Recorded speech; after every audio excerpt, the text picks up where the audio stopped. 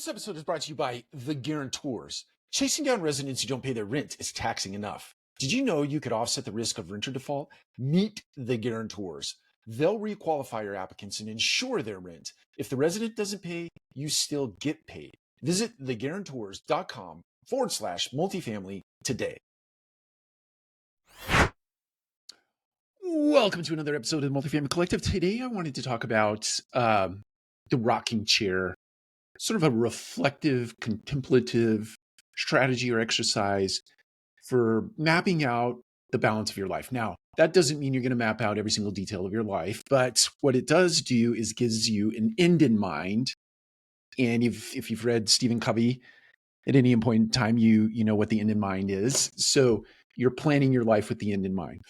In a rocking chair scenario, you're sitting on a front porch, you're looking out over a horizon. Maybe that rocking chair is sitting on a porch of a cabin that is in the mountains and you're looking out over the valley, or it's on a beach front somewhere in America or otherwise, and you're looking out into the ocean. It doesn't matter where your rocking chair is, but you are, let's say, 80, 90, 95 years old, and you're reflecting back on your life.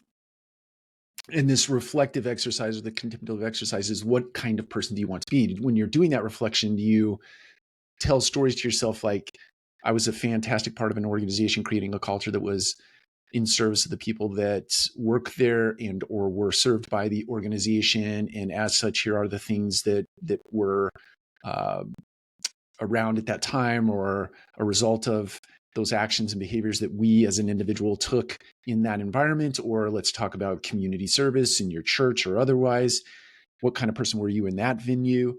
And what would you want your grandchildren to say about you or your great-grandchildren to say about you? And you're reflecting back and you're just thinking about these stories that these individuals would be telling you and or that have told you in the past. And now you're just reflecting on those moments in time. So anyway, you're getting this context set for yourself in the person that you want to be when you're getting very near your deathbed.